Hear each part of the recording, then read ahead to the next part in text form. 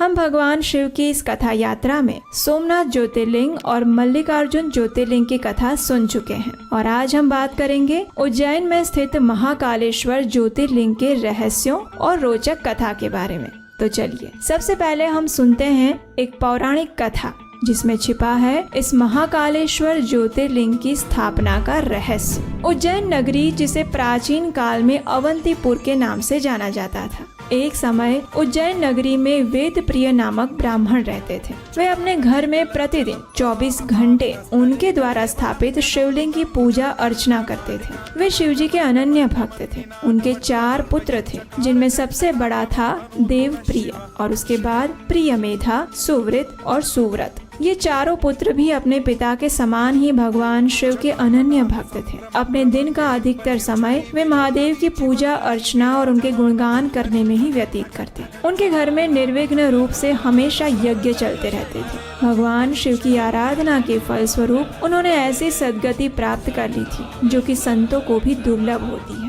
उनके पुण्य प्रभाव और निरंतर चलने वाले यज्ञ के कारण अवंतीपुर भी हर प्रकार से फल फूल रहा था। दूसरी ओर पास में ही रत्नमाल पर्वत पर दूषण नामक एक राक्षस रहता था। उसने ब्रह्मा जी की घोर तपस्या की और उनसे युद्ध में सदा विजयी रहने का वरदान प्राप्त किया। अब उसने अपनी शक्ति का दुरुपयोग करना शुरू कर दिया। उसने तीनों लोकों पर अपना प्रभुत्व स्थापित कर दिया, देवताओं को स्वर्ग से निकाल दिया और इस प्रकार वो त्रिभुवन का स्वामी बनकर क्रूरता पूर्वक राज करने लगा। किसी भी स्थान पर देवी देवताओं की पूजा हो या वैदिक यज्ञ हो, वो उसे बिल्कुल मान्य नहीं था, क्योंकि वो जानता था कि अनेक वैदिक यज्ञ में दी जाने वाली आहुतियां ही सभी देवताओं की शक्ति का स्रोत हैं। इसलिए उसने निश्चय किया कि वो कहीं पर भी कोई यज्ञ नहीं होने देगा ताकि देवता निष्क्रिय पड़ जाएं। और फिर क्या था, दूषण ने चारों ओर ब्राह्मणों पर अत्याचार करना शुरू कर दिया। लेकिन जब उसने देखा कि उसके राज्य के निकट ही अवंतीपुर में अभी भी धर्म का साम्राज्य फैला हुआ है, इस बात को वो कैसे सहन कर सकता था। उसी क्षण उसने उज्जैन पर आक्रमण किया और जितने भी ब्राह्मण थे उन सब के यज्ञ बंद करवाए। उसके अत्याचार के सामने विरोध करने का साहस भला कौन कर सकता था। इसलिए उसके भय से सभी ब्राह्मणों ने वैदिक यज्ञ बंद कर दिए। लेकिन वेद प्रिय और उनके चारों पुत्र इस आतताई से नहीं डरे, क्योंकि वे जानते थे कि काल उसका क्या करे जो भक्त हो महाकाल का। उनके अंदर ना तो भय आया और ना ही महादेव के प्रति उनकी श्रद्धा कम हुई। ऐसे में वेद प्रिय ब्राह्मण ने अपने पुत्रों को संबोधित करते हुए कहा, हे मेरे प्रिय पुत्रों, हमारा नगर इस समय महासंकट की स्थिति में है। चारों ओर उस आतताई असुर ने अस्त्र शस्त्र से सज्ज अपने सैनिक एकत्रित किए हुए हैं, लेकिन हमारे पास ना तो कोई सेना है और ना ही शस्त्र। हम उनसे युद्ध भी नहीं कर सकते। हमारे पास कोई है तो वो है सिर्फ हमारे आराध्य देव भगवान शिव। इसलिए हमें उनकी ही शरण में जाना चाहिए और उनके प्रति हमारी श्रद्धा को अटूट बनाए रखना चाहिए। वे अवश्य अपने भक्तों की रक्षा करते हैं। अपने पिता के ऐसे साहसपूर्ण वचनों को सुनकर वेद प्रिय ब्राह्मण के सभी पुत्रों में एक नवीन उत्साह और श्रद्धा का संचार हुआ। उन्होंने मिट्टी से बने अपने शिवलिंग की पूजा करना आरंभ किया और अब अवंती में सिर्फ यही एक घर बचा था जहाँ अभी भी भगवान शिव की आराधना हो रही थी। अब दिन रात वेद प्रिय ब्राह्मण और उनके चारों पुत्र महादेव की आराधना में इतने लीन हो गए कि उन्हें इस बात का पता भी नहीं चला कि कब उनके घर के द्वार पर दूषण असुर आकर खड़ा हो चुका था। वो उन्हें धमकाते हुए कहने लगा, अरे मूर्ख ब्राह्मण, ये पूजा अर्चना करना बंद कर दे। यदि तूने ऐसा नहीं किया तो मैं अपनी तलवार से तेरा मस्तक धड़ से अलग कर दूंगा। मेरी बात मान ले, अन्यथा अपने प्राणों से हाथ धो बैठेगा। लेकिन उस असुर की बातों का वेद प्रिय ब्राह्मण या उनके पुत्रों पर कोई असर नहीं हुआ। वे सभी तो भगवान शिव की आराधना में लीन हो चुके थे।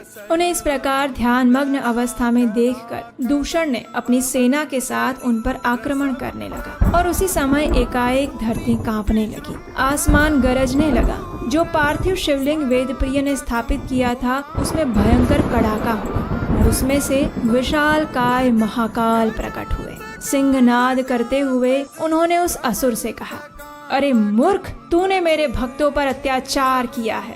तुझे क्या लगा कि वे निसहाय है? नहीं, अब जा, जितनी तीव्रता से भाग सकता है भाग ले और अपने प्राणों को बचा ले। इतना कहकर महाकाल ने दूषण और उसके सैनिकों को भागने का अवसर दिया, लेकिन थोड़े दूर तक जाते ही महादेव की अग्नि ज्वाला युक्त दृष्टि उन पर पड़ी और वे सभी उसी समय जलकर भस्म हो गए।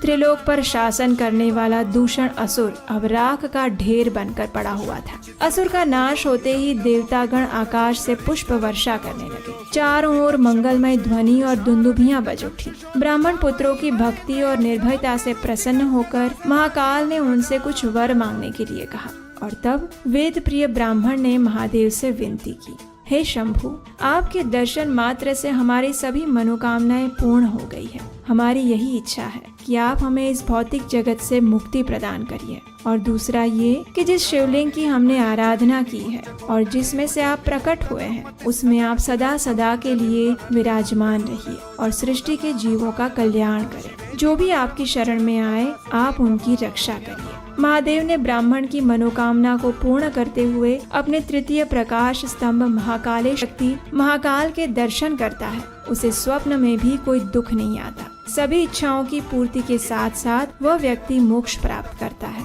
महाकालेश्वर का ये ज्योतिर्लिंग मध्य प्रदेश राज्य के उज्जैन में स्थित है और 3 किलोमीटर के विस्तार में फैला हुआ है। रामायण के अनुसार भगवान श्री राम और माता सीता ने अपने स्वर्गीय पिता दशरथ महाराज का पिंडदान इसी स्थान पर किया था। भगवान श्री कृष्ण और बलराम जी ने अपने गुरु सांदीपनि ऋषि से शिक्षा इसी स्थान पर प्राप्त की थी और आज भी उनका आश्रम यहाँ पर स्थित है, जिसमें सर्वेश्वर महादेव के रूप में शिवलिंग की उपासना की जाती है। भगवान श्री कृष्ण की अष्ट रानियों में से एक मित्रवृंदा भी इसी स्थान की राजकुमारी थी। राजा इंद्रद्युम्न, जिनके लिए भगवान जगन्नाथ जी प्रकट हुए थे, वे भी इसी क्षेत्र के राजा थे और राजा विक्रमादित्य की राजधानी भी उज्जैन में ही थी। श्री रूप गोस्वामी बताते हैं कि धरती पर ऐसे 7 तीर्थ हैं जो कि मोक्ष प्रदान करते हैं, और ये 7 तीर्थ हैं अयोध्या, मथुरा, द्वारिका, कांची, माया, काशी और अवंतिका। यही नहीं, उज्जैन नगरी कई अन्य कारणों से भी बहुत महत्वपूर्ण है। जब पक्षीराज गरुड़ अमृत का कलश लेकर अपनी सौतेली माता कद्रू के पास जा रहे थे, तो मार्ग में उन्होंने 4 स्थानों पर कलश रखा था और इन स्थानों पर कलश से अमृत की कुछ बूंदें छलक गई थी।